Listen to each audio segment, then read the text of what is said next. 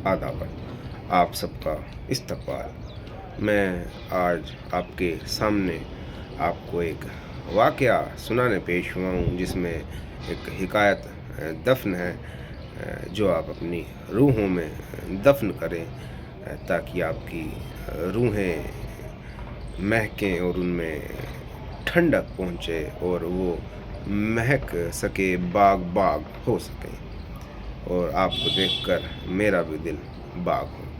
तो मैं बाग से शुरू करता हूँ। तो वाक़या कुछ ऐसा था कि जो महान शायर थे, खुदाए सुखन मीर तकी मीर, तो मीर साहब अक्सर फ़िक्र गज़ल में लगे रहते थे सुबह व शाम। कुछ वक्त ही ऐसा था, या वो कुछ सन्ना ऐसे थे, बड़े माहिरीन या फ़नकार थे।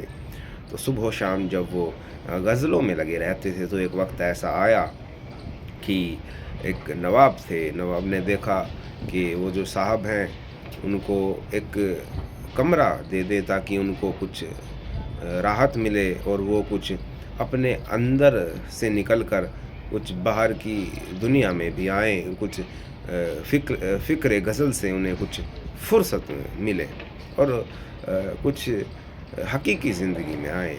अब लेकिन क्योंकि मीर थे, तो वाक़या कुछ अलग घटा कि मीर साहब का उन्होंने जो घर दिया था, वो बिल्कुल बाग के किनारे पे था और उसकी जो खिड़की थी, वो बाग की तरफ खुलती थी। और नवाब साहब का मन भी था कि मीर साहब इस खिड़की के ज़रिए बाहर के बाग को देखें और कुछ फुर्सत ज़िंदगी में पाएँ, ताकि उनका कुछ मन बहले। लेकिन मीर साहब तो ठहरे मीर साहब।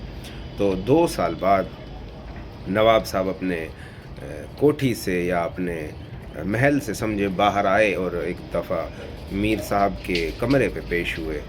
तो मीर साहब उसी तरीके से अपने फ़िक्र गज़ल में लगे हुए थे। तो मीर साहब से उन्होंने कहा, और ख़ास बात ये थी कि मीर साहब के घर की वो खिड़की जो बाग की तरफ खुलती थी, वो उस वक्त बंद थी।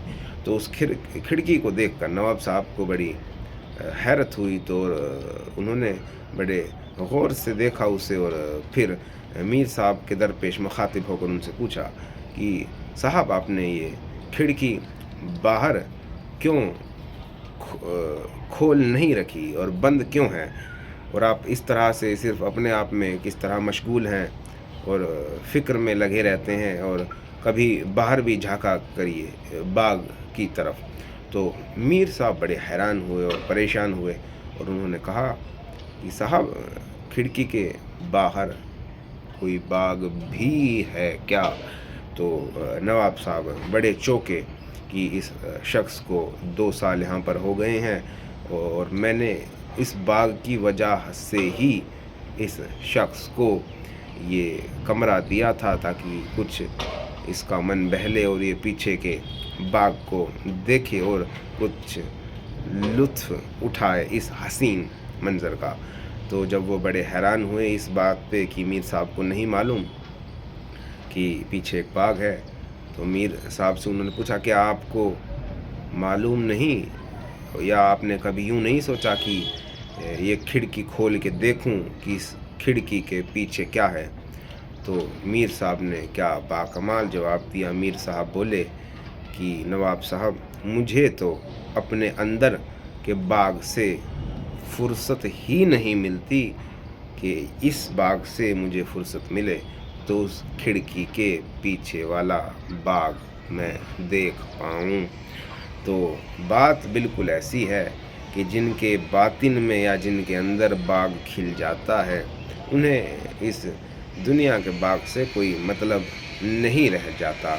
और हिकायत इस वाक़ये में ये दफ़न है कि अपने अंदर बाग लगाओ, ताकि आप बाग बाग रह सको और आपकी वजह से तमाम लोग जो आपके पास मिलने आए नवाब साहब की तरह, वो भी बाग बाग हो जाएं और हम इस तमाम कायनात को एक बागे बहिश्त घोषित कर दें। उम्मीद है कि आप बाग होंगे।